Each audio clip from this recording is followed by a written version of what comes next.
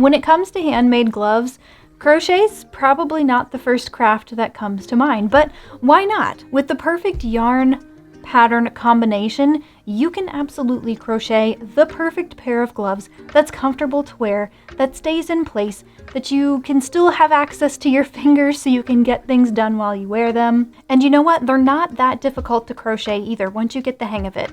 I wouldn't necessarily recommend this for a beginner, but if you have a little bit of experience, say working amigurumi projects, I think you'll do just fine. And if you have some experience reading and following along with patterns. But here's the deal. This video is a step-by-step guide. We're gonna crochet the right glove. I have the left one here. We're gonna crochet the right glove step by step. And that should show you everything that you need to know to make your pair of gloves. The only difference between the right and the left hand, obviously they're just a mirror image of each other. So there is differences in where the stitch markers are placed for increases and for, you know, the fingers and that sort of thing. But basically, if you can crochet one, you can definitely crochet the other. So first things first, the free pattern is on my website. There's 25 to 30 pictures available that'll also help you supplement the video and the pattern. I have that linked in the description below. And there's several things that we need to go through first because, hey, you know, this is a step-by-step video. You can skip around here and there if you don't need information about yarn or measuring or gauge or any of that stuff. But I do want to have the information available for those who need it.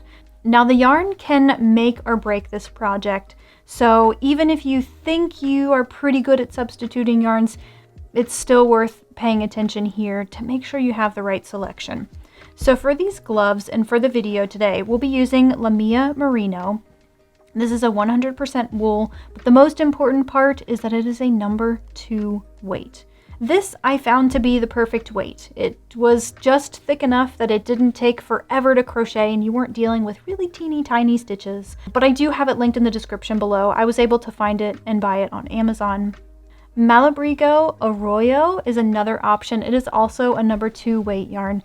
Really beautifully colored, hand dyed. I'll link that in the description as well. But those are just 2 potential options. You don't have to use either of these if you don't have access to them or if you'd prefer to use something in your stash. So the first thing to consider when choosing the yarn for these gloves is that it is a number 2 weight category. The other thing to consider is the fiber content. Now typically I would recommend something that you would make a pair of socks with. Something that's typically an animal fiber and potentially even a blend of animal fiber like wool and nylon, for example, would be a great combination for a glove for the same reasons that it's a great combination for socks, because it's inherently stretchy and it's breathable. Now, I haven't actually made these gloves with an acrylic or an acrylic blended yarn, so I don't have a specific yarn recommendation there, but my best advice if you want to go this route is to try whatever you are going to use. Definitely make your gauge swatch so you can see if you can obtain gauge and really try it on as you go here and there to make sure it's going to fit and it feels right and it's still comfortable to wear. So that's the yarn. The next thing you'll need to do to make your gloves is to take a measurement of your hands to see which of the 3 sizes in the pattern that you'll crochet. So you'll need a tape measure for this, and maybe a buddy to help you out.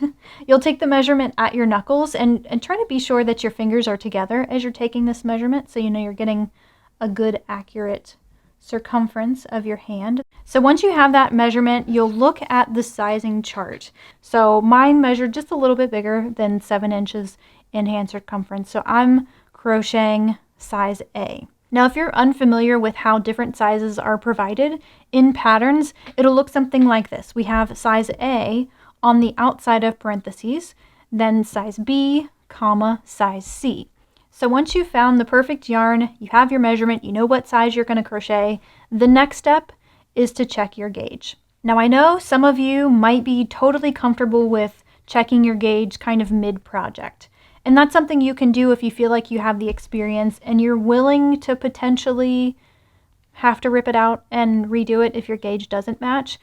But what I'm going to suggest is probably the safer option is to crochet a little gauge swatch. And I know that's totally boring and it feels like a waste of time, but but trust me, it's really not a waste of time. We use 2 different hook sizes for this project. A 3mm is the recommended size for the band, and a size 4.5mm is the recommended hook size for the rest of the glove. So that's the hook that you would use to crochet your gauge swatch, because that's the hook that you're going to use for the waistcoat stitches throughout the glove pattern. This is called the waistcoat stitch, and it's basically a single crochet worked through the front of the stitch rather than, like the top V, the normal placement that you're used to. So your gauge swatch will also need to be made in waistcoat stitches so you can take an accurate measurement for what you'll actually be using in the pattern. And to show you how to do the waistcoat stitch, I'm first going to use a really giant yarn, actually not really giant, but really big yarn compared to the recommended yarn. Don't use something this big in your gloves, please. They won't fit. But I want you to be able to see what's going on. So you'll start with 28 or 30 chains in the yarn that you want to use for your project, and the recommended hook size is where I would start. You'll make a single crochet in every single chain so you have a nice foundation to start the waistcoat stitch.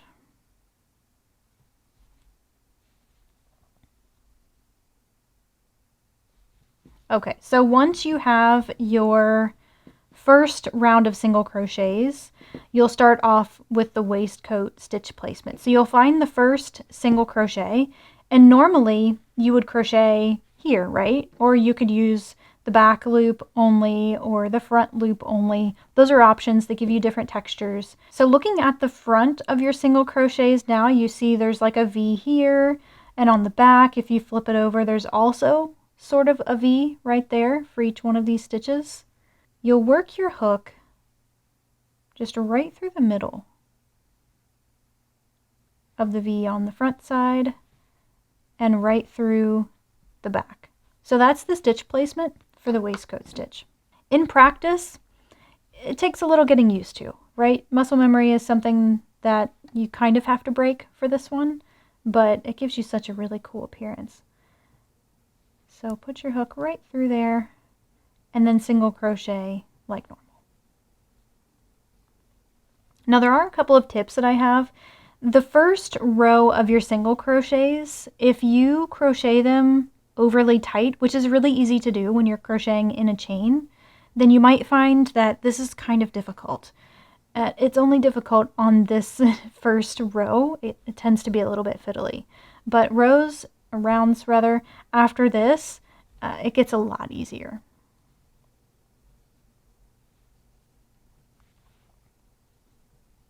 So as you're making your gauge swatch, you don't have to join at the end of a round. We're actually not joining in the gloves. So just crocheting in a spiral, basically around and around and around until it measures, 2.5 or 3 inches long. You want to take your stitch measurement, obviously, but taking the row or the round measurement is also somewhat important for these gloves. Less important, I would say, than the stitch measurement if I had to choose. They're both very important numbers, but one is definitely more important than the other. When your gauge swatch is big enough that you can take a 2-inch by 2-inch measurement, that's all you really need to crochet. I would suggest using like a hard ruler, something that's plastic, like this one here, or like a wooden ruler. That way you get a more accurate measurement. Try to align, the first tick mark with the edge of the stitch and count exactly. You should have 10 stitches in 2 inches. If you count more stitches than 10 in your measurement, that means your stitches are smaller. And therefore, if you continue with the pattern, with them being smaller, the gloves will turn out smaller in the long run. So what I would suggest in that instance is try going up a hook size and see if that gives you the exact 10 stitches in 2 inches. On the flip side, if you count fewer stitches than 10 in your 2-inch measurement, then your stitches are a little bit bigger, and therefore if you were to proceed with the pattern with those slightly bigger stitches, then you guessed it, your gloves are going to be a little bit bigger too. And still, a half a stitch really does make quite the difference. Since we use 2 different hook sizes for this project, if you've made any adjustments to the hook size for your gauge for the waistcoat stitch pattern, you'll also want to make that same adjustment for your band crochet hook as well. So these gloves are crocheted from the band up to the fingertips. So we'll start off with the band here.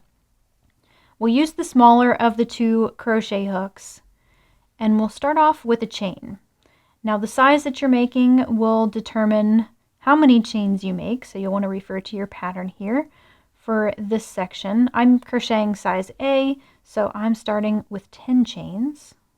And we'll make a single crochet in the second chain from the hook. I like to work in the back bump here as I work my first row of single crochets. I think it looks a little bit neater. It's also easier because we're crocheting in rows now, and later on we're going to join this. And I think it's just easier and cleaner if you are joining after you've worked through the back bump.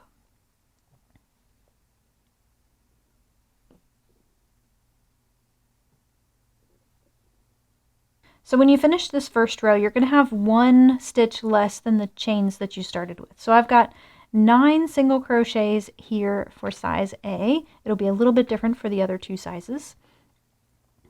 And then the repeat for the band is really, really simple. We're going to chain 1 and turn and make a single crochet through the back loop only of every stitch. This is just your classic single crochet rib. Super simple, really easy to make.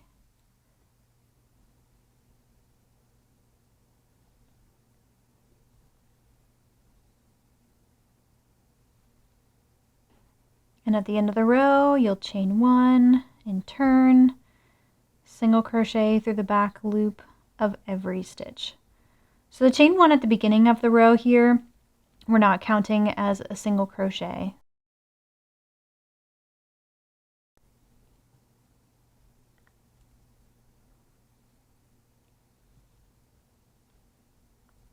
So that's all there is to the band repeat. We're just making one single crochet in every single stitch through the back loop only.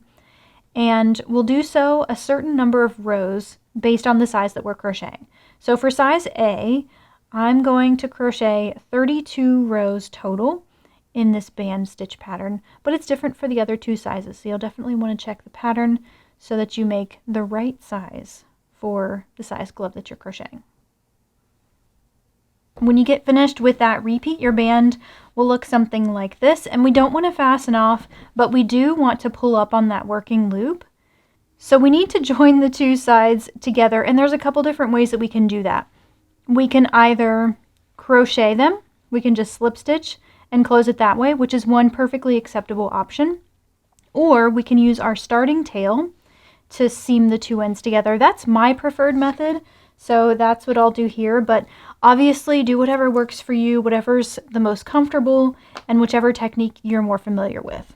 I tend to do like a back and forth kind of approach, and that looks okay to me. So I'm just catching one loop of each side, pulling that kind of tight. The main goal is to have at least one stitch for every single crochet. That way you don't have any open holes or anything like that. And that looks pretty okay to me. Obviously it's not a perfect match, but I'm okay with that. So you're probably looking at your band and thinking, that is tiny. But see how stretchy it is? I can just totally stretch this on. It's supposed to be kind of tight because we want it to have a nice snug fit, but obviously not be so tight that it's uncomfortable. If you find that you can't slide it over your hand, like your thumb and your knuckles and everything, you can try going up another hook size just for the band. You want to stick with the same hook size that you found to work for your gauge, but you can go up a little bit for the band if you need to. That way there's no changes to the stitch count, and therefore the rest of the pattern will work out as expected. So we have the band finished now. Next, we're ready to start on the wrist.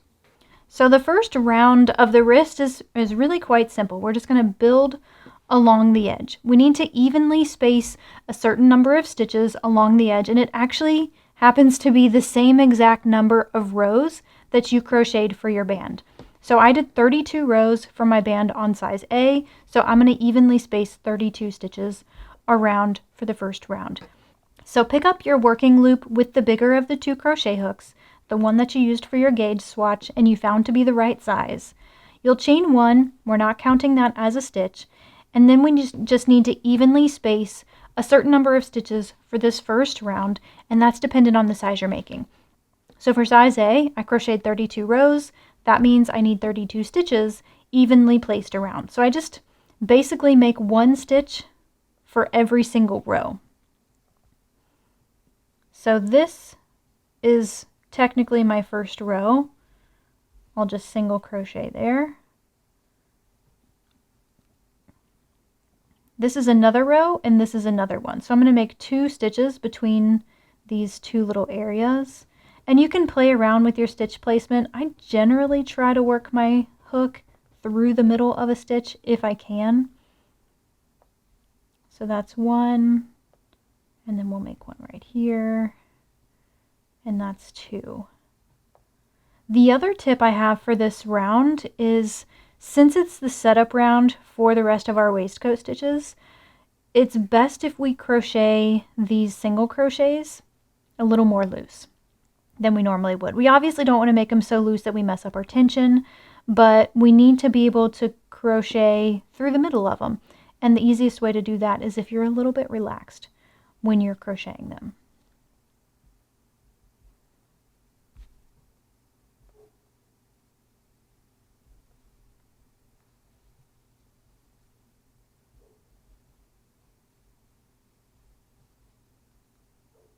It's also really important for you to figure out which glove you're crocheting now, the right or the left one, because the instructions are just a little bit different for each one. So in the pattern, you'll see some instructions are labeled right glove only, and some are labeled left glove only. If you're working on the left glove, you should only follow the instructions that say left glove, and vice versa for right glove.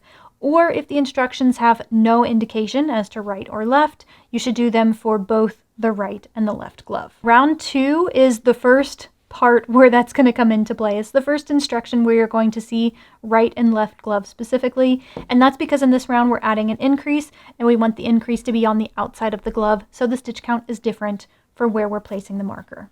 So the instructions say for round 2, for the right glove, I'm going to place a marker in the 7th stitch. Now this was the first stitch of my current round. I'll mark that here in just a second. But I want to count over 1, 2, 3, 4, 5, 6, and 7. And it's not a bad idea to have a different color stitch marker for the beginning of the round. Something that looks different, or maybe a different style of stitch marker. You basically just want to be able to distinguish between the beginning of the round and your increase markers. So my increase markers for this video will be this orange color, and my beginning of the round stitch will be in this green color. This is also the first round where we're going to start crocheting in the waistcoat stitch placement. So if you remember back to our gauge instructions, remember I'm crocheting in through the front part of the stitch.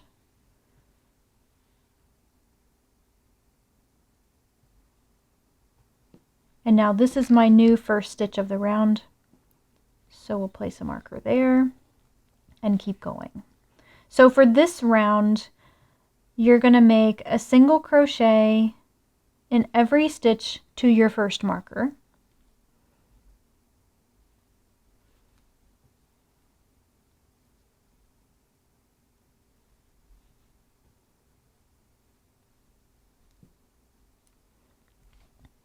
And then in the marked stitch, you'll make 2 single crochets. So we'll increase here.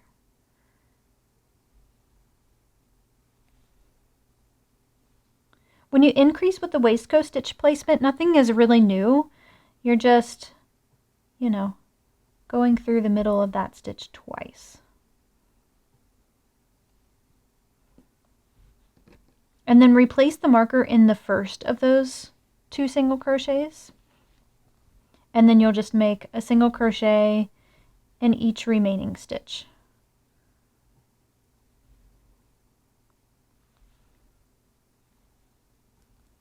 And then for the next round, you'll just make one single crochet in every stitch. Again, the waistcoat stitch placement from here on out. So just keep that in mind whenever I say a single crochet. We are talking about that waistcoat stitch.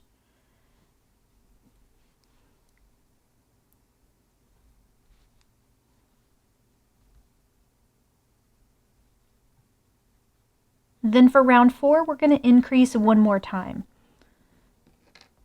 So we will make a single crochet, our waistcoat stitch, in every stitch to our first stitch marker, and then we'll increase there. By the way, this is the same technically for both sides. The difference between the right and the left glove here is which stitch you placed the marker initially, but the actual stitch pattern itself is the same. We're just making a waistcoat stitch to the first marker, and then in that first marked stitch we make 2 waistcoat stitches,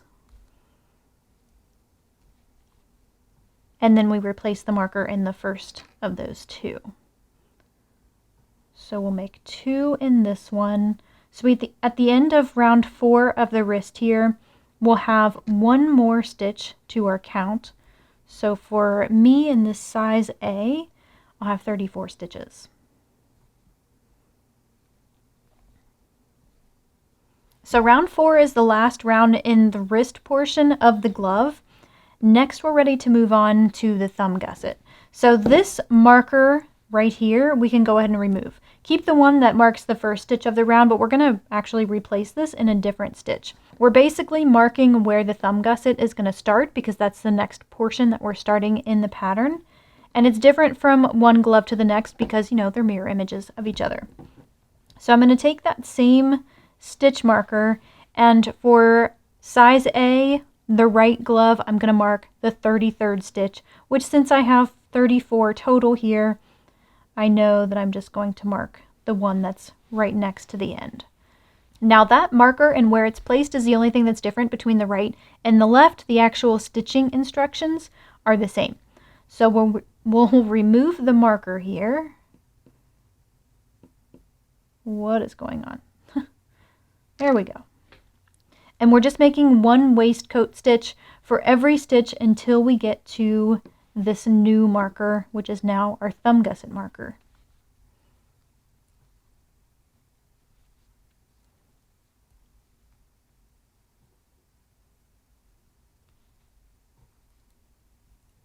It's worth mentioning again that it's really important to have the pattern in front of you as you're crocheting along with this video. Trust me, it'll make your life easier. You can see it in both forms. You can see it in written form and you can keep track of where you are, but also, you know, see what I'm doing step by step. I think it'll just make your experience a lot better if you're using both. So the pattern can be found on my website completely for free. I have that link in the description below. But if you want to support the channel, or if you like the convenience of printing your patterns out so you can mark which size you're working on, you can actually highlight or circle it. You can cross out areas that you're already done with. It just helps you keep track of things better. Well, I do have a PDF digital download version available in my shop. So I'll have that one linked as well. So in the marked stitch here, we're going to increase again. So make 2 waistcoat stitches in that marked stitch. And we'll actually replace the marker in the first of those 2 stitches. But then you'll also put a marker in the second of those stitches. So both of those stitches that you just made, the increase, you want a marker in both of those. And then you should just have 1 more stitch left. So there, with the end of the first round of the gusset, we've increased our stitch count by 1, so I have 35. So remove your first stitch marker and replace it, and you'll make 1 waistcoat stitch to the first marker. So if you're working on the right glove with me here, your markers will be over here. But if you're crocheting the left glove, your markers are going to be right here at the beginning of your round. So that's the only difference if you're feeling like things look a little bit different. But again, the instructions are the same. It's just where the markers are going.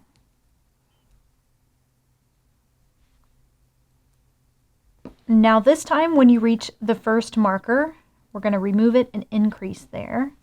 So just like before, we'll make 2 waistcoat stitches in the first one.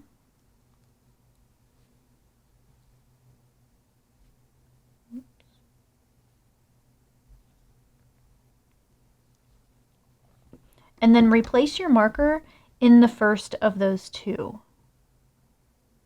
And then remove the next marker, which should be the next stitch over. We're going to increase there as well. So make 2 waistcoat stitches.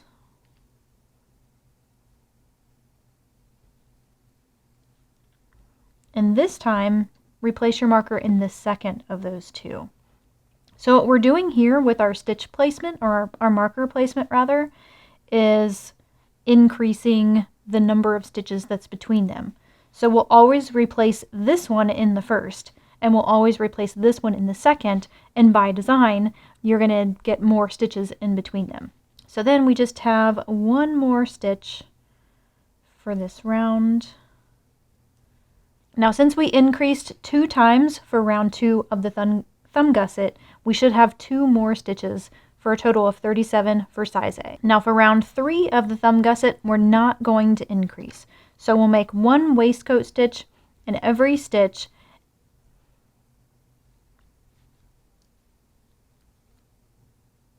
and then as you come to the markers, you'll remove them so you can make a waistcoat stitch in that stitch that it's marking. Here we go. But we want to replace the marker in the same stitch, or the new stitch rather.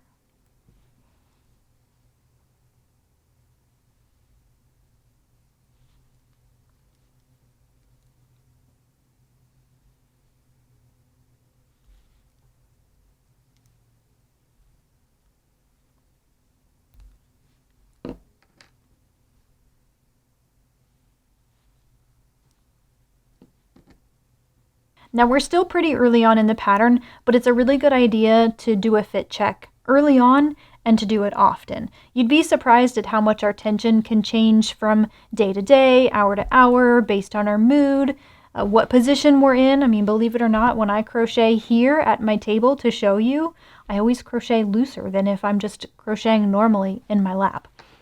So go ahead and put this on and just make sure the band stretches over your hand. It should be a little snug, you know, we want it to fit properly like a normal glove, but it needs to fit over your hand, obviously.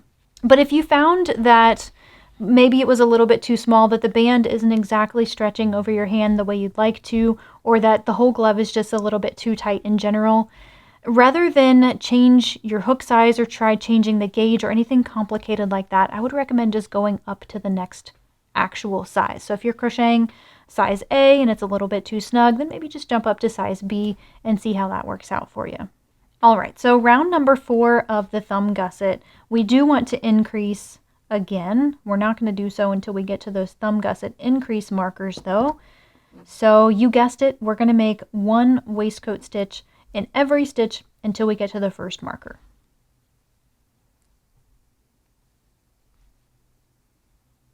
And just like before, when we get to that first marker, we'll increase there. So make 2 waistcoat stitches in this marked stitch.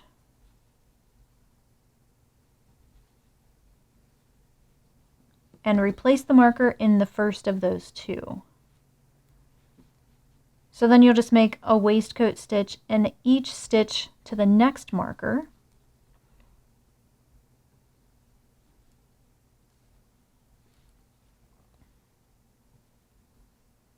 And then increase in the next marked stitch. So 2 waistcoat stitches.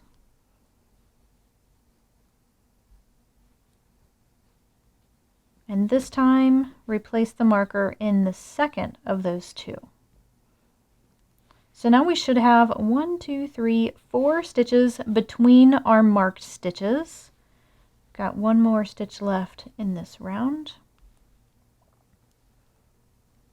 So next we have a bit of a repeat coming up for the thumb gusset.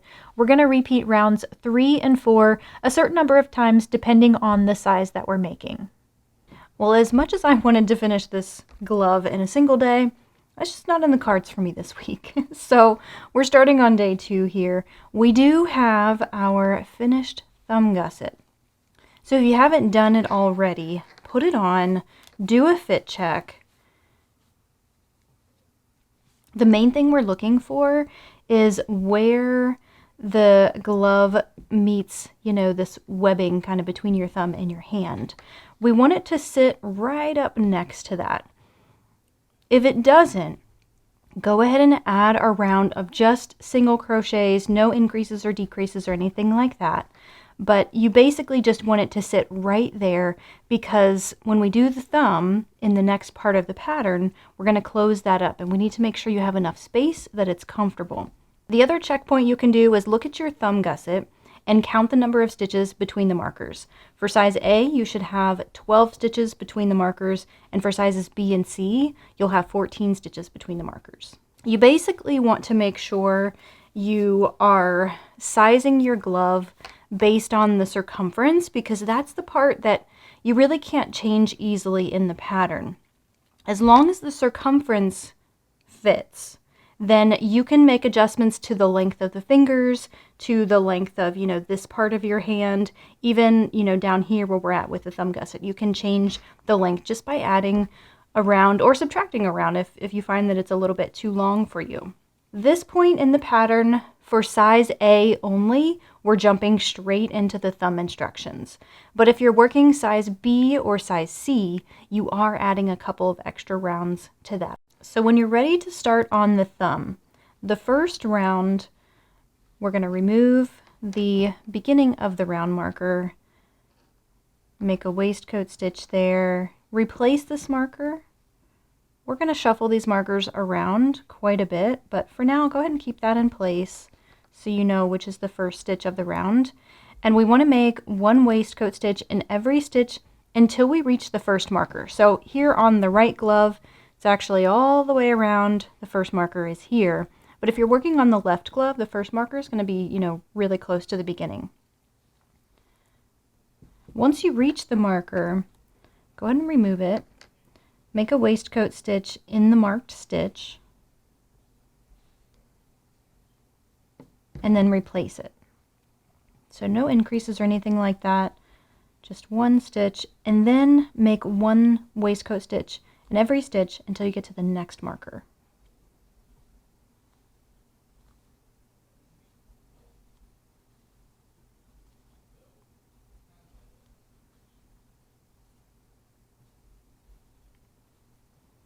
Then at the next marker, go ahead and remove this one. You can totally remove this marker now. And then make a waistcoat stitch in that stitch where the marker was. And that's it. We're going to leave the rest of the stitches unworked. Now for round 2 of the thumb, it's actually going to start to look like a thumb.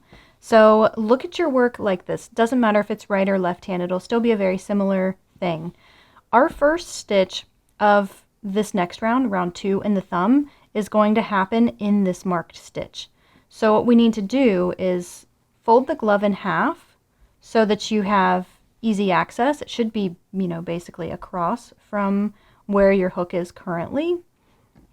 So I find it easiest to gather it in my hands like this, so I'm looking at the hook, but flipping it over just like that, and then I go ahead and put my hook through the marked stitch before I remove it, because I don't want to lose track of which one it is.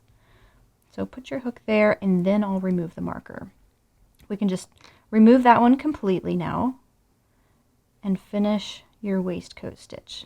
So remember I said this is now the first stitch of the round, so you can remove your beginning of the round marker that we used previously and put it in this stitch. So now this is the new first stitch of your round for the thumb. And so from here on out, it's super simple. The rest of the thumb, the rest of this round, you'll just make one waistcoat stitch in every stitch. So if you're working on size A, you should have 14 total thumb stitches. For size B, you'll have 16, and for size C, you'll have 17 stitches. So it's a good checkpoint just to make sure you're on the right track, that you didn't accidentally drop one or add one. Since it's crochet that we're talking about, our stitches are naturally a little bit bigger than knitting. So one stitch really does add a noticeable difference to the size of things, especially for the fingers when there's not that many stitches to begin with. If you have one extra, you might really start to feel it as far as it being a little bit too big.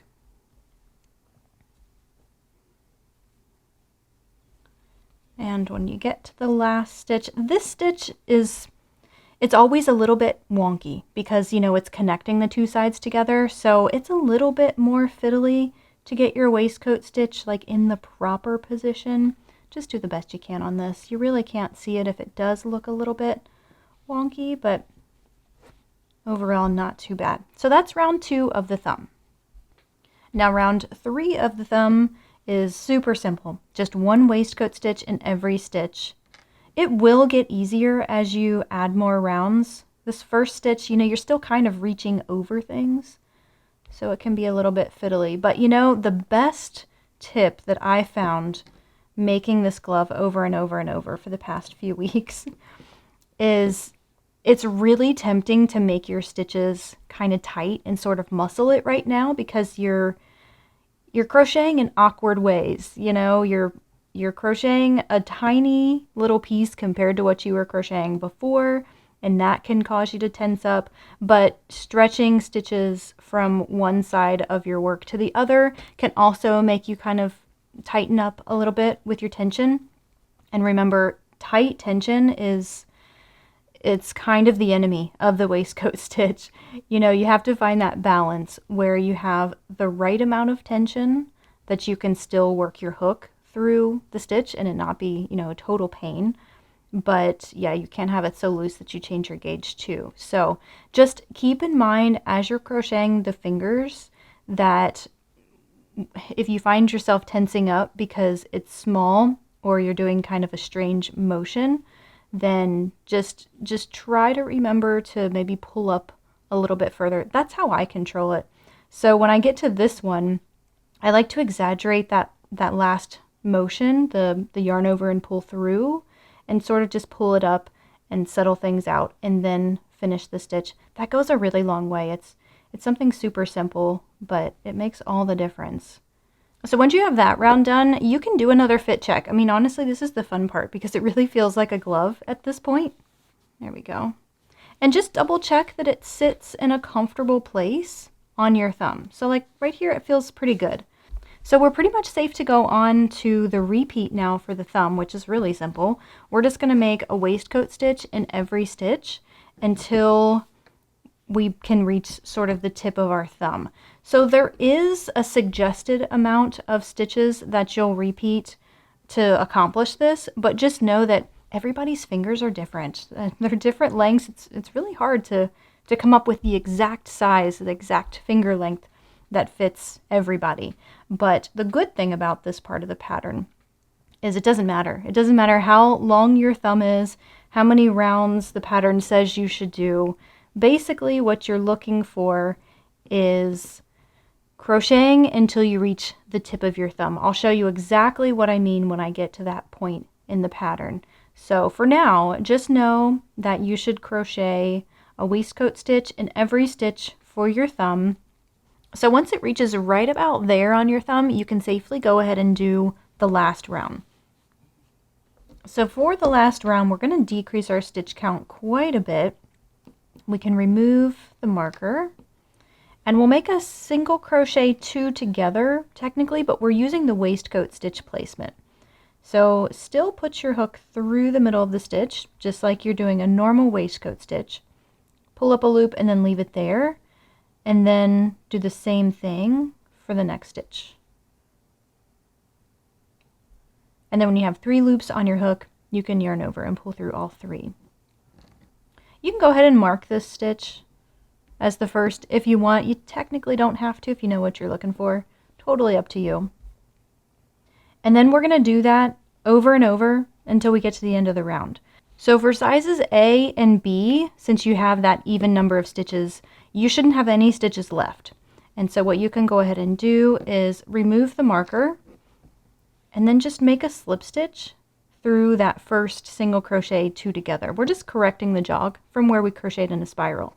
But if you're making size C, you'll have 1 extra stitch after you do the number of single crochet 2 togethers that you're supposed to be doing for the pattern. So in that case, you'll slip stitch to your last stitch of the round. So that's the only difference there. Super simple.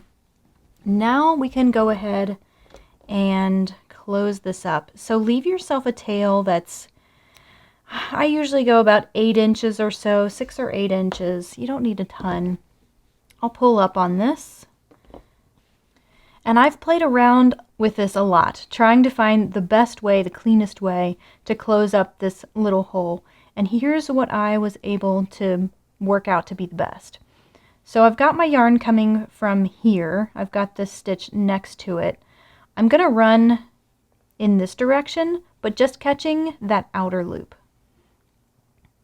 And then through the next stitch, I'll go back in the opposite direction, again, just catching the outer loop. And I'll do that all the way around. And so what I found is that if you use just the outer loop like this, when you pull it together, because that inner loop isn't caught, it kind of sits in a place that covers up any potential gaps that might be there. And so it just looks a little bit neater. But by all means, play around with it. See what looks best to you. Definitely do whatever looks best to you. You do want to do 1 full revolution. That way, when you pull on the tail, it'll draw it up. And then you'll just have to tinker with this and tidy it up quite a bit. And you can do a lot with it, so don't worry if it looks kind of messy right now. Then what I like to do is work with the round that has the decreases. And so I'll just basically run it under those stitches, like just catching the decrease stitches. And again, I'll go in a full circle.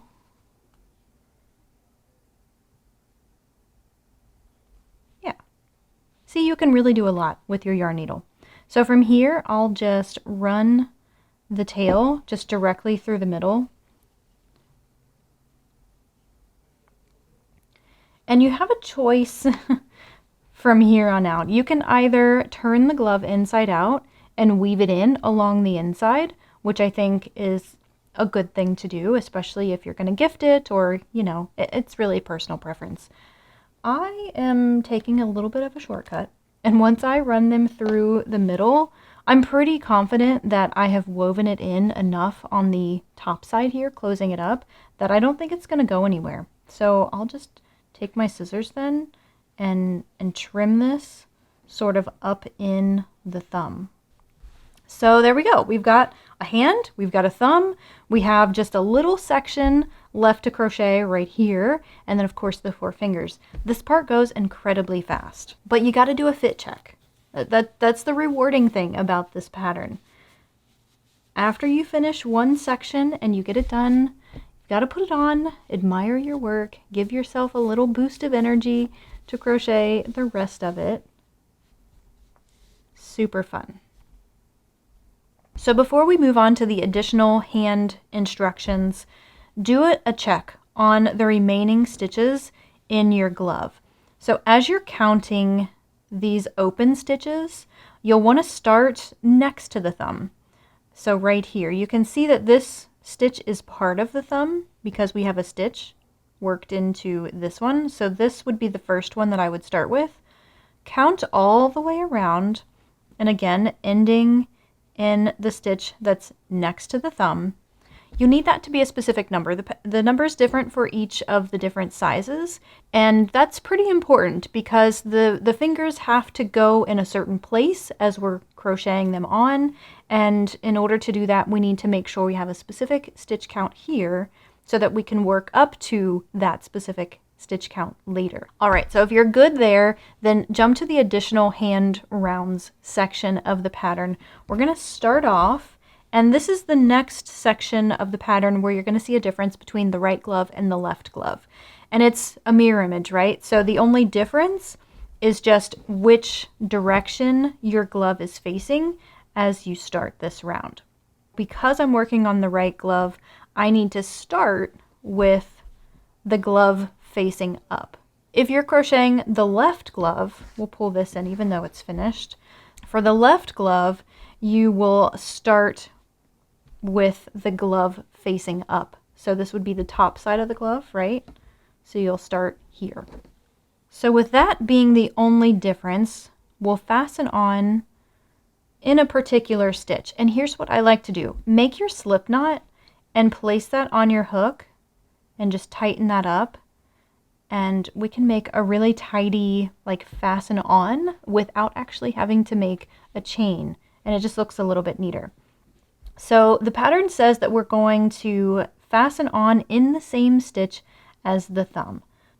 Insert your hook through that same stitch and then single crochet, you know, like normal. Oops. So we've made like a standing stitch there.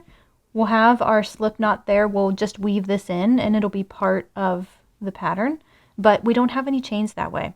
So you can do that if you like it, or if you have another method for fastening on. It doesn't really matter. Do whatever works best for you and whatever you're comfortable with. So that's the first stitch of the round. We're just going to make one waistcoat stitch in each remaining hand stitch. So we'll work all the way around the glove. Then here on the other side of the glove, I've made my waistcoat stitch in the last, like, available stitch there. But the last stitch of the round we want to make with the thumb stitch on this side now of the glove. So just work your hook through that stitch, make a waistcoat stitch, fancy single crochet, and that's it. So with this round, we have added 2 stitches to our stitch count because we have added 1 in a stitch that wasn't technically a part of the hand stitches. And that's exactly where we want to be. So you want to double check, make sure you're on the right track as far as your stitch count goes. And we're ready to move on to round 2 of the additional hand rounds of this pattern. I'm going to go ahead and grab my marker for the beginning of the round. So I like to use this teal color. And there is a difference between the right and the left glove for round number 2. Again, it's just because we're doing the same thing but on a different side of the glove, if that makes sense. So I know this one is my first stitch because I've got my slip knot here. For the right glove, I'm going to make 2 single crochets in the first stitch of that previous round. And this one, again, kind of gets a little fiddly just because it's a brand new stitch. So I'm going to make 2 single crochets, waistcoat stitches right there. And then I'm going to mark the beginning of the round. So this single crochet right here is my first. And that's all there is to it. If you're working the left glove, your increase won't be the first stitch. It'll actually be the last stitch. So we want to have this increase in generally the same spot on both gloves. And so that's why the instructions are a little bit different, because we're working, we're starting on different sides of the glove for the right and the left. So for the rest of the instructions here on this round, we're just making 1 waistcoat stitch in every stitch until the end of the round. So I'm working just 1 waistcoat stitch in the last stitch here because I'm working on the right glove. And then we're ready to move on to round 3. So for this round, no increases, nothing special. We're just making 1 waistcoat stitch in every stitch. Now you will want to keep your beginning of the round marker, and this one will be fiddly if you're working in your increase because it's a little bit small, but you can get it done.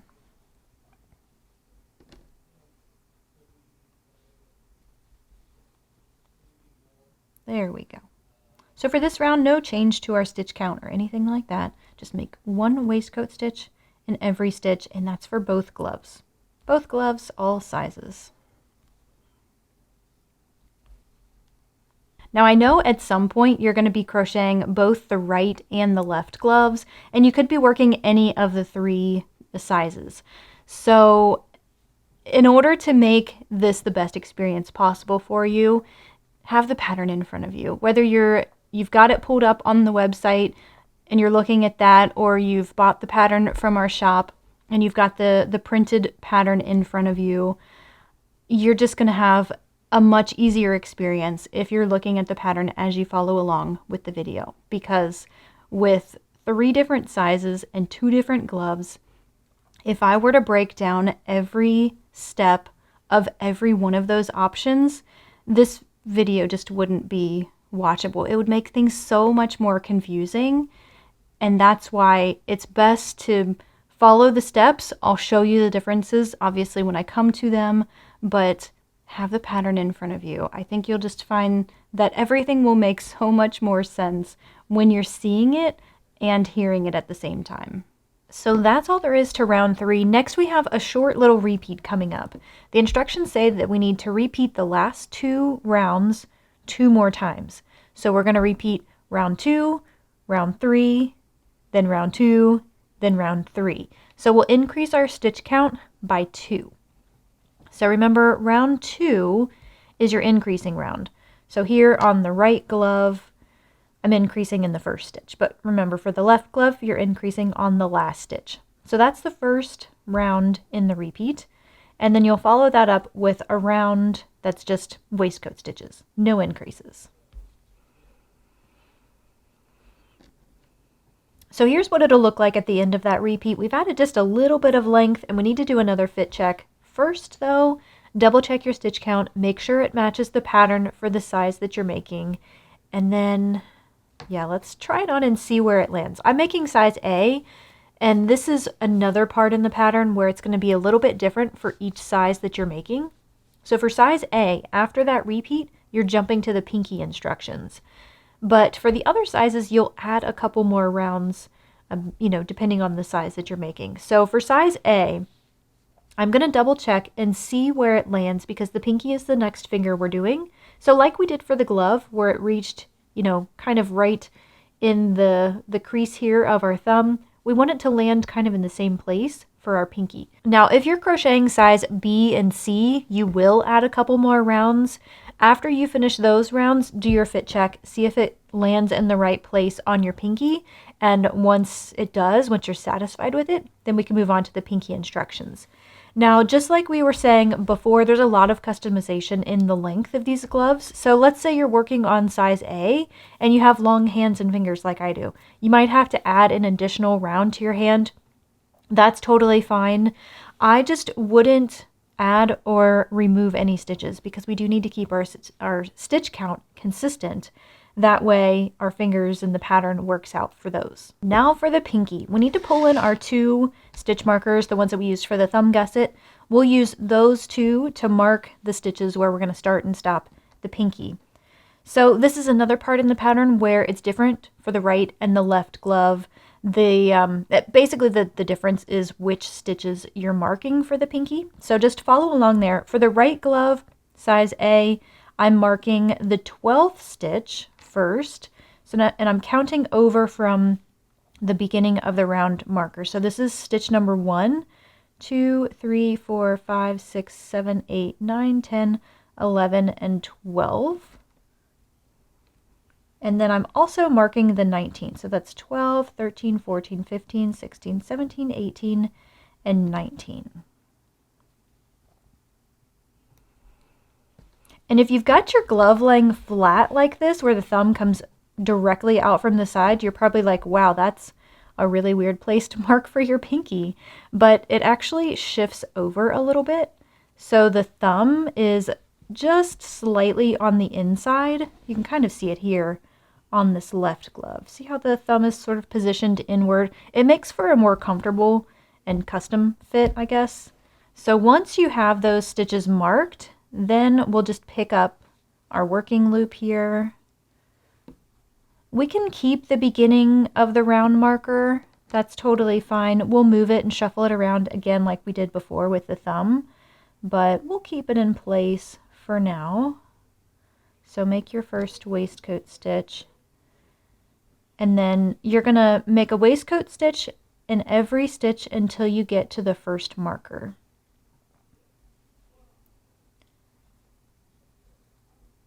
So when you get to the first marked stitch, You'll remove that, make 2 waistcoat stitches in that stitch.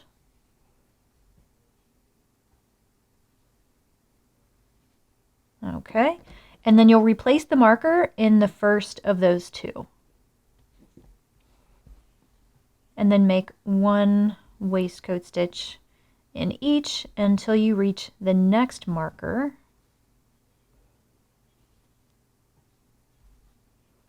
You'll also make 2 waistcoat stitches in this next marked stitch. Wow, that's a really hard combination of words today. So you'll remove that marker. You won't need it anymore at this point. Go ahead and make 2 waistcoat stitches in that same marked stitch. And then we're going to leave the rest unworked. So that's all we got to do for this round. Now, just like we did for the thumb, our first stitch of the next round, round number 2 of the pinky, is going to happen in this marked stitch right here. So get your work situated so you're looking at it like this, and then I like to just turn it over so I can see the marked stitch and my hook is in place. And the instructions say to make 2 single crochets in this marked stitch. Now I'm going to go ahead and at least get it started before I move it. There we go. Just so I don't lose that stitch when I pull the marker out. So that's 1, and that is also the new first stitch of the round. So we can go ahead and pull this teal marker and make 1 more waistcoat stitch in the same stitch. And then we'll just make 1 waistcoat stitch for each remaining stitch here in the round.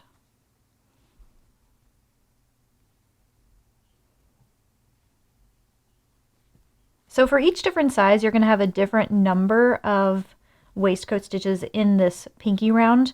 For size A, there should be 11 stitches. So you want to double check that and make sure you're on the right track there. So this is what it looks like at the top now. We still have our remaining hand stitches here. We'll count those later to make sure that we have the proper number. Also, double check your stitch count on your pinky to make sure that that is also fitting the pattern. We've got 11 stitches there. We'll remove the marker, and here is where we have another repeat. So like we did with the thumb, we added a few rounds of just plain waistcoat stitches, no increases, no decreases, nothing fancy, and that gave us the length of our thumb. We're doing the same thing now for our pinky. So again, the pattern suggests a certain number of times to repeat this round, where we just make 1 waistcoat stitch in every stitch, but that's more of a suggestion or a guideline. It's not like you have to do this many. This is the chance where you can customize these gloves to fit your hand perfectly. So if your fingers are a little long, like mine, you might need to add a couple more rounds to what the pattern suggests, or if they're a little bit shorter, you might take away. It's really not going to change the pattern. Since the pinky finger is the smallest, this is by far the most fiddly part of the entire pattern. Just crocheting in this tiny round, it's a lot better for the bigger sizes, obviously, but for size A, 11 stitches, that's getting to be about as small as I would want to crochet for a finger like this. And that brings me to a really important point. For this pattern, I really, really wanted to have kid sizes as well as adult sizes. And it's part of the reason why I have spent several weeks at this point on the pattern. If you are a regular viewer of the channel, you know that I normally do not go this long without making a video, but I just really wanted this pattern to be absolutely perfect. And I tried to make it in kid sizes and to make it work. But what I found is those sizes would be so small and the fingers would be so small that it was just too difficult to crochet. It wasn't enjoyable to crochet rounds that small. It was really fiddly and very challenging. And so I opted to not include kid sizes for that reason. However, I still think this is a great pattern and a great foundation for other options that we could use for our kids. So instead of doing gloves, what I plan to do is include some mittens. Definitely, that'll cover your baby sizes and your kid sizes, but also potentially doing some like convertible mittens. You know what I'm talking about, where you do have fingers and it's basically not crocheted any more than this. You just have the little opening and then you have a piece that folds up over your fingers. I think that'll be a lot more practical for not only kids to wear, but definitely for us to crochet. So as of right now, those patterns are still in the works. And I can imagine that they'll be available very soon, hopefully on the website, hopefully in the month of December. We'll see. When they are available, I'll link them in the description below. That way, if you're watching this far in advance, you'll be able to find those patterns if you want to give them a try. So do one more fit check. And just like we did for the thumb, double check and make sure that it's right around the tip of your pinky. And if so, you're good to move on to the final round, which is a lot like we did for the thumb. It's actually exactly the same as the thumb. We will single crochet 2 together using that waistcoat stitch placement through the middle of the stitch. And you can mark that if you like. For size A, I have 11 stitches in this pinky. And that means I will have 5 single crochet 2 together, and I'll have 1 stitch left over. So you'll get to see what that looks like. That wasn't the case with the thumb. We had an even number of stitches there, so it all worked out perfect. And you just know that all of the fingers for all of the sizes are just a little bit different. It's either going to be an odd or an even number. And if you have an even number, that last slip stitch will happen in the first stitch of the round, which was a decrease. But if you have an odd number of stitches, that last slip stitch will take place in the last normal stitch. And there I have this stitch left over, so I'll slip stitch there. And that's it. When you fasten off, leave yourself a tail that allows you to close up the hole, just like we saw before. Pull up on that. We don't need our marker. And I'm going to close up this pinky the exact same way that I closed up the thumb. All of the fingers you'll close up the same exact way. You'll get better and better each time. I can't even tell you how much of a difference my seaming abilities are for these fingers now after I've made, gosh, I've got like 8 or 10 of these floating around at this point. You do get better over time the more fingers you do. When you get that finished, do yourself a favor, try it on, see how it fits, and give yourself a little motivation boost to crochet these last 3 fingers. So the goal for the fit here, obviously we want it to stretch a little bit so that it has a snug fit, so we can still, use our hands and our fingers and it's comfortable. But that's the thing, it needs to be comfortable. So we want to make sure it's not too tight. So then double check the remaining hand stitches. That needs to be a specific number. It needs to match the pattern for the size that you're making. Again, starting with the stitch that's next to the pinky. So see how this stitch right here has our 2 pinky stitches in it? We're not counting that one because that's part of the pinky.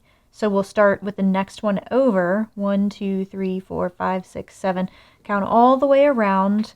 And the last one will be right here because it's next to our pinky stitches. So count those stitches. Make sure the number that you have left matches the number in the pattern. If you're good to go there, we're moving on to another section in the pattern that's labeled additional hand rounds. We have just a round or 2. Like the last time when we started this process, where we fasten on depends on the hand that you're making, the right or the left hand. So once again, for the left hand, you're going to place it so that the bottom of the glove is facing up. But for the right hand here, we want to start with the top of the glove facing up. So we're starting with the stitch that's right next to the pinky. So again, pinky stitch here. We're starting right there. Insert your hook through that next stitch, that waistcoat stitch. There we go. And then single crochet. There we go. So that's our new first stitch. You can go ahead and mark that if you want. Next, we're going to make a waistcoat stitch in every stitch until we get to the end, the other side of the hand, basically the stitch that's next to the pinky on the other side. So this instruction is the same for both hands technically. It's just which side you're starting on that's different from one to the other, but it's also the same for all of the sizes. We're going to start and add a round or two here before we get to the other fingers. So we've talked about the differences for the right and the left glove here, but there is one subtle difference for sizes A, B, and C on this one. So if you're working sizes A and B, you'll start in the stitch where I just showed you. But if you're working on size C, you're going to start in the same stitch as your pinky. So you'll start here instead of where we started here. We just need to add an additional stitch for that size, and that's why we start there. But for the other two sizes, we don't have to worry about that. So we just start in the stitch that's next to the pinky. So here on the opposite side of the glove, if you're working sizes A and B, your last stitch will be right here, the stitch that's right next to the pinky.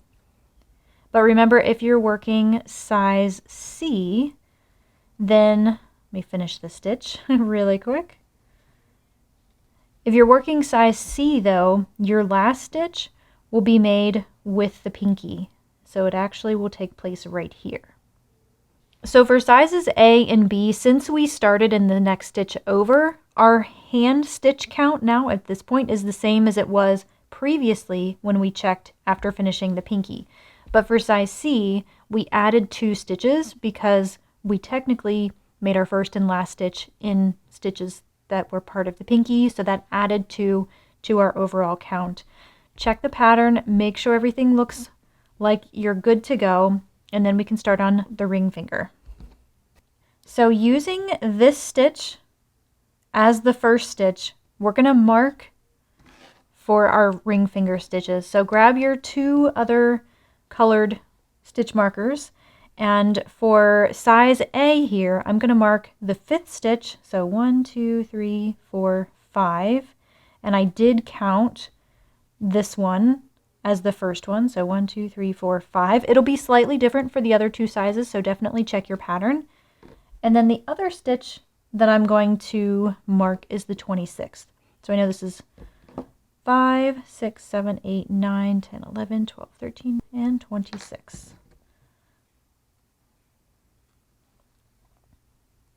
And pick up your working loop here and get it situated so that you can start crocheting into this stitch to start the ring finger. So now remember, this marker is the beginning of the round marker. This is our first stitch. When the pattern says to crochet to certain markers, this isn't usually the one that we're talking about. We're talking about the orange ones here. That's where we need to do something special. So I'm just really putting this here so I know where the first stitch of the round is. It's not actually anything other than that.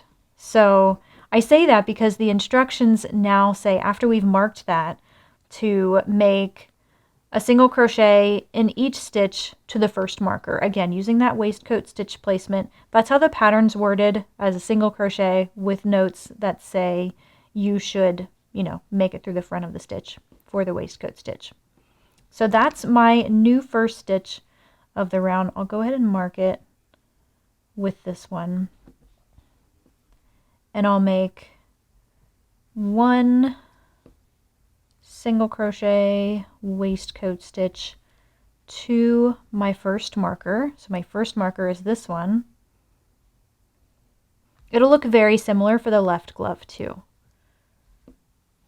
And then in this marked stitch, I'll make 2.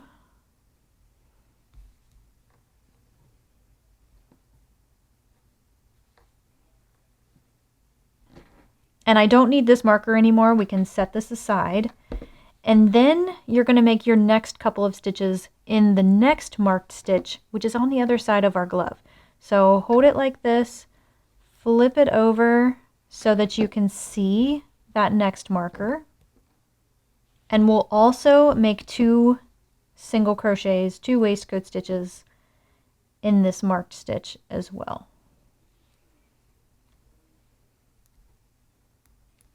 And we don't need this marker anymore, so we can go ahead and remove that one. So we've got our 2 stitches there, and then we'll just make 1 stitch in each remaining.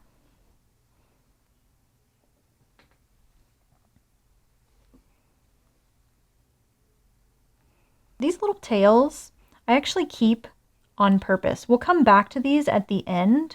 So for now, you know, just kind of keep them out of your way. They might drive you crazy a little bit, but they do serve a purpose. So don't just weave those in. Do keep them there, and you'll see why later. So double check your stitch count now for size A. You'll have 12 stitches total in this ring finger round, so it kind of looks like this at this point. Don't worry about the little hole there. We'll totally fix that later. And next we're moving on to round 2 of the ring finger. And here is another opportunity for customization. So this round suggests that you add an increase in your first stitch here. So in that first stitch,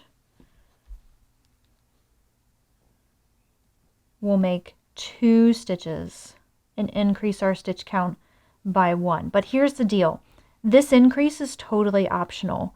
If you find that your hand measurements were on the lower end of what you see in the sizing chart, you may want to omit this completely and only make 1 single crochet in this part of the finger, because that'll make it a little bit more snug, especially if you have maybe skinny fingers and you find that after you've crocheted this a little bit and you do your fit check, if the finger is a little bit too big, you can absolutely omit this increase. It doesn't have anything to do with the overall stitch count. It won't mess up the pattern moving forward if you remove this particular increase, okay? Just this one. This one is one that doesn't matter.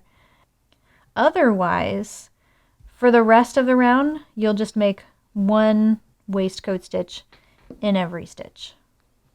So now, like the other fingers, we have our length repeat. So we're just making 1 waistcoat stitch in every stitch, and doing so a certain number of times, right? We want it to reach about the tip of our ring finger. And again, the pattern suggests a certain number of times you repeat this. If it works for you, great. If it doesn't, then add or remove around as you see fit. And just like all the other fingers, when it reaches sort of the end or the tip of your ring finger, then you're ready to move on to the last round. And this is crocheted the same way as the other 2 fingers. We're going to decrease a few times and then close up the remaining hole. So I've got my first single crochet 2 together using that waistcoat stitch placement, and I'll keep going until the end of the round.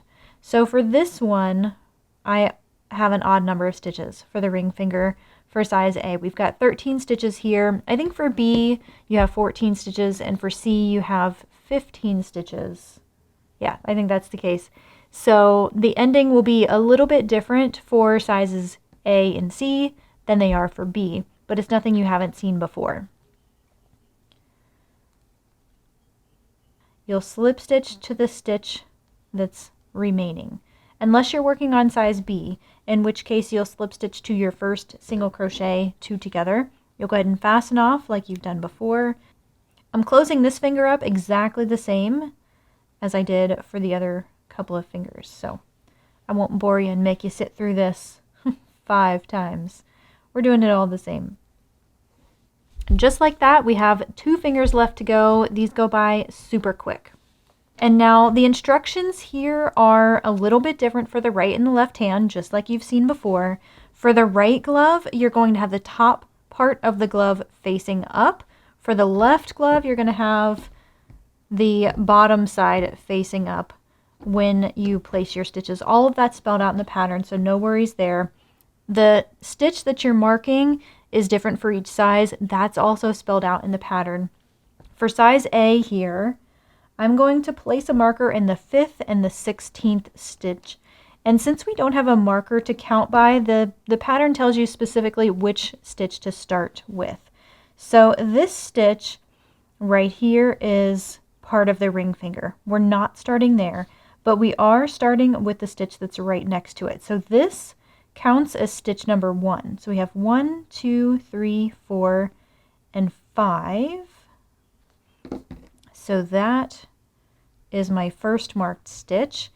And then also stitch number 16. So this was 5, 6, 7, 8, 9, 10, 11, 12, 13, 14, 15, and 16. So we're going to place a marker there as well.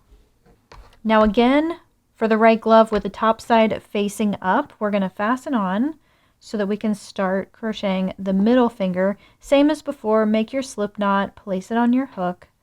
You'll fasten on in the stitch where you started your count, so the one that's right next to the ring finger.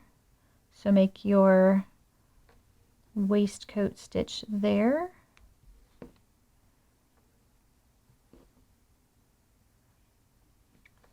And now this becomes the first stitch of the round, so you can go ahead and mark that if you want. Then you'll make a waistcoat stitch in each stitch to your first marker, which is this one right here.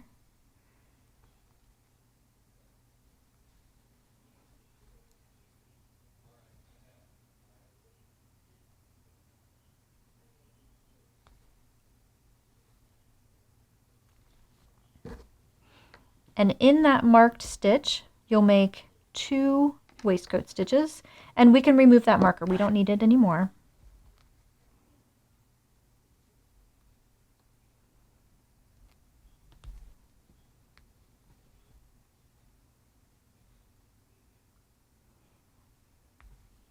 Okay, there we go. And then the next stitches are going to happen in the next marker on the other side of the glove. So you're probably looking at it like this. You'll flip it over so you can see that marker. And you'll make 2 waistcoat stitches in that marked stitch. Now again, for the left glove, you're doing the same thing, it's just in the opposite direction, if you will. So that's the first one. You can also remove this marker. We don't need it anymore. We want 2 there.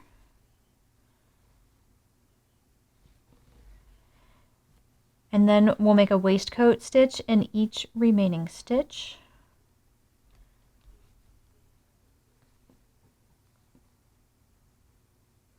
And the last stitch is next to the ring finger stitch. See how this one and this one, right here we've got our ring finger stitches in this one. So this is our last stitch, the one that's right next to it.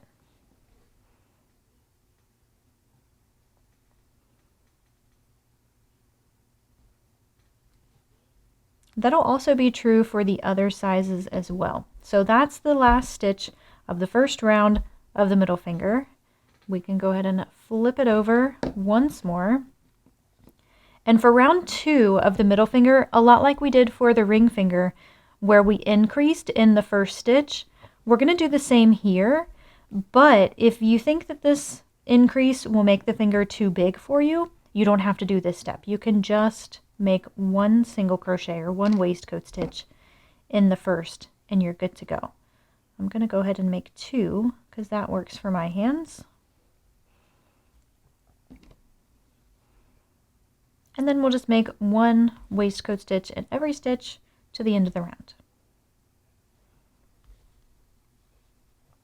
And once you're finished with that round, you can double check your stitch count, make sure you're on the right track, because now we're coming to that length repeat.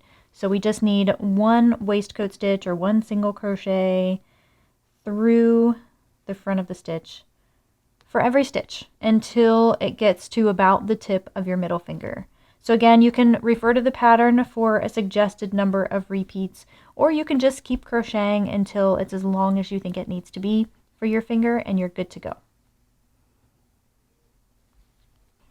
Once you have that repeat done, you've double checked that it's the right length, then we can go ahead and do our decreases. So same as before, we will single crochet 2 together using the waistcoat stitch placement, and we'll keep doing that over and over until we reach the end of the round.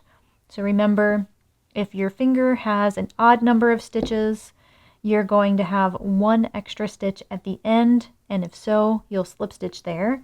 Or if you have an even number of stitches in your finger, you won't have any stitches left over, and your slip stitch will go in the first decrease.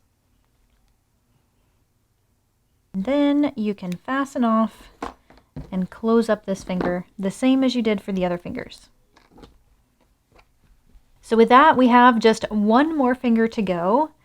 So to start the index finger, we first need to look at our remaining stitches here. You can double check the stitch count, make sure you're on the right track here. For my size A, I should have 10 stitches here. So we'll start this round much like some of the others. Go ahead and make your slip knot, place that on your hook, and for all sizes, you're going to fasten on in the same stitch as the middle finger. So for the right glove, you're going to be looking at the top side of the glove. So you'll have it situated like this. For the left side, you'll have it flipped so that the bottom of the glove is facing up, and you'll fasten on in the same stitch as the middle finger. So this right here. Just place your hook through that same stitch. Make your single crochet. And now you can mark the stitch as well. This will be the new first stitch of the round. So then you'll continue with 1 stitch, 1 waistcoat stitch, in each stitch until you get to the other side of the glove.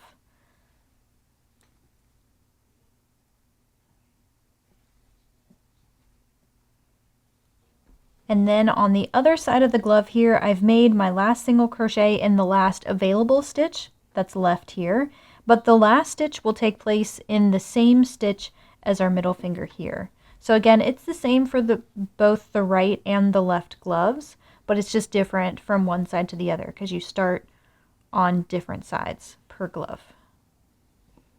All right, so that's the last stitch of round 1 for the index finger. Round 2, just like the others, we have that optional increase in the first stitch.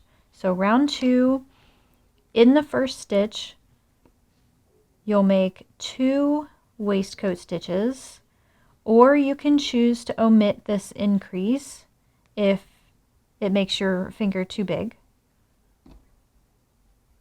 and continue crocheting. So this increase, obviously it takes our stitch count up by 1.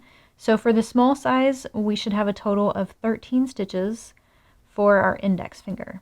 So at the end of round 2, again, we should have 1 extra stitch than we initially started with after finishing that previous round if you made the increase. And now, you guessed it, we're going to make the length a little bit longer for our finger by crocheting 1 single crochet, 1 waistcoat stitch in every single stitch until it reaches about the tip of our index finger. As much as I wanted to finish this glove yesterday, it just wasn't in the cards this week. So I got to the point where I had 1 round left. So like all of the other fingers, our final round will have a series of decreases, and of course that depends on the size you're making, how many stitches you have in your finger, but this is nothing new here. You've seen this before.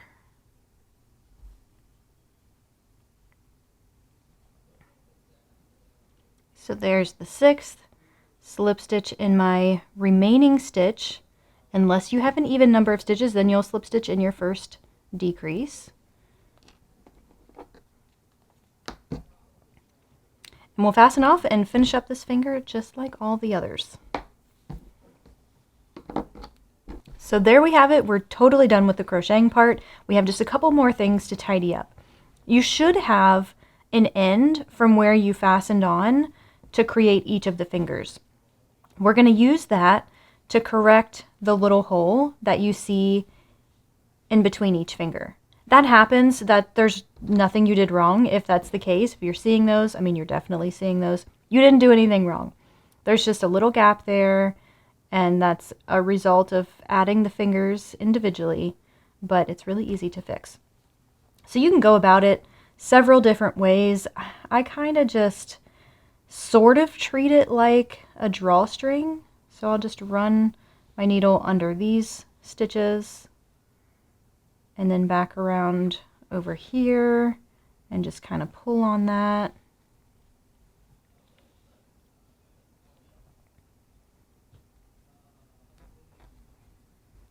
And then I'll do that again. You can spend as much time or as little time on this, honestly. You really can't see this when you're wearing the gloves, so if it looks a little bit wonky or weird, if you've stitched it in kind of a weird place, I wouldn't stress about it too much. Then once you have the opening closed, I like to just run it in through the middle. And then, like before with the other ends, you can weave these in along the inside if you want to flip it inside out, or you can trim them short. I mean, you can do whatever you like.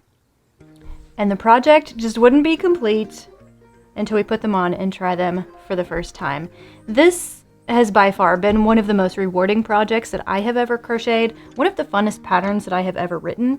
It took me way longer to create this pattern than I ever imagined. So I hope you enjoy it. The free pattern can be found on my website. That's linked in the description below. So check that out if you have any questions about the supplies, different yarn recommendations, the gauge, and what you need to do if you're not able to get the exact gauge. I mean, there's so much information on that webpage. There's like 25 or 30 pictures to help you kind of go through it. Or if you like the convenience of having your patterns printed or saved to your device, or you just want to support the channel, picking up the PDF version of this pattern from my shop is a great way to do that. B.Hooked.com is our shop for all of our PDF patterns. We have some digital pattern bundles that I've curated, some fun projects I think that you'll like to work on, but you can also make your own bundles with some pattern discounts for buying multiples. We have some t-shirts if you're into that sort of thing, and we also have some printable cards, bands, and tags that you can add to your gifts. You can provide the care instructions, personalized notes with the cards, and that sort of thing. Thank you so much for the support there. Thank you so much for watching. Enjoy your gloves. This is like one of the most rewarding projects I have crocheted in a very long time. Happy hooking, and I'll see you in the next one.